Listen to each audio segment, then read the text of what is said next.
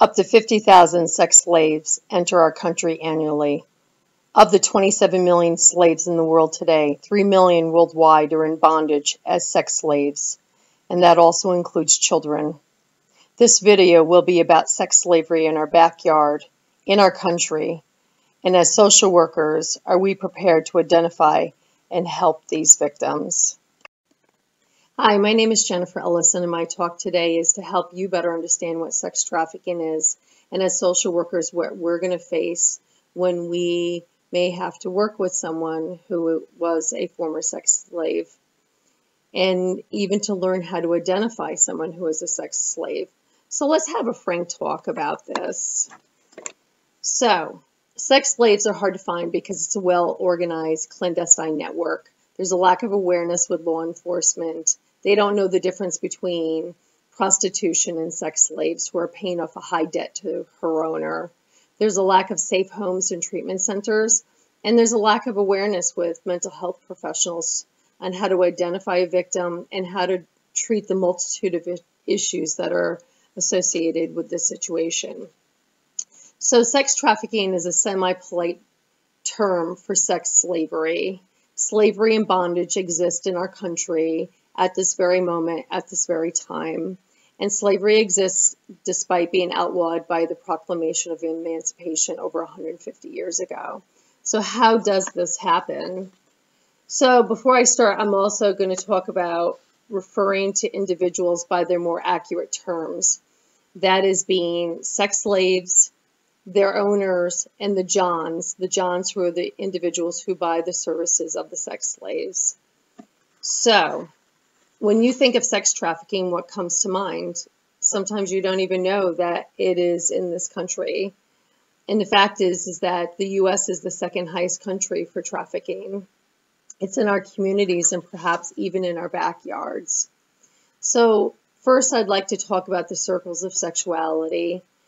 As it relates to sensuality, let's be honest, I don't think it exists. Sex slaves could be made to have sex with up to 50 Johns a month who are strangers who pay them for sex. And these women have to pay off a monetary debt to their owner.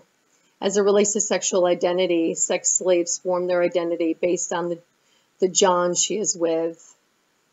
And if she doesn't identify as heterosexual and maybe as a lesbian, she's being forced to have sex against her sexual preferences. As it relates to reproduction and sexual health, this area has the poorest outcome for sexual slaves. They don't control their health or their bodies. They have forced abortions. There's sexually transmitted diseases, including the prevalence of being HIV positive. And this is a prevalent and insidious reality for them. As it relates to intimacy, individuals cannot express a sense of caring, attachment, honesty, or openness with another person. There is a deliberateness on behalf of the owners to prevent attachments to anyone except to the owner itself from being formed with the sex slave. As it relates to sexualization, well, that's kind of obvious because sexualization is highly sexualized. It's all about their sex. It's all about sexual activity 24 hours a day, 7 days a week. As it relates to being trauma-informed, someone who is a sex slave most likely will have a complex trauma history, and issues are expected in these circumstances. There's post-traumatic stress disorder, there's chemical addiction, there's anxiety, self-destructive behavior, dissociative behavior, and there's obvious trust and fear issues from repeated exposure to violence and with attacks by their owner.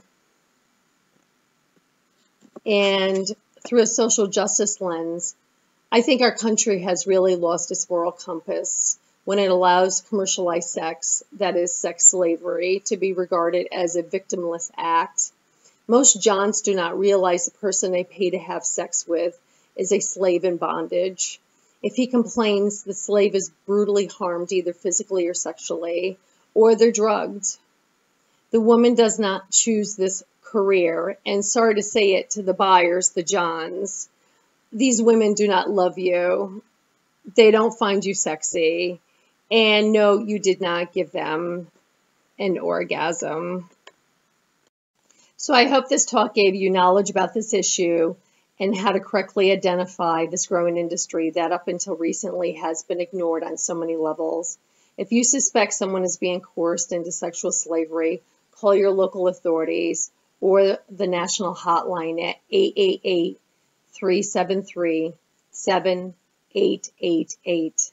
Again, my name is Jennifer Ellison, and I thank you for listening.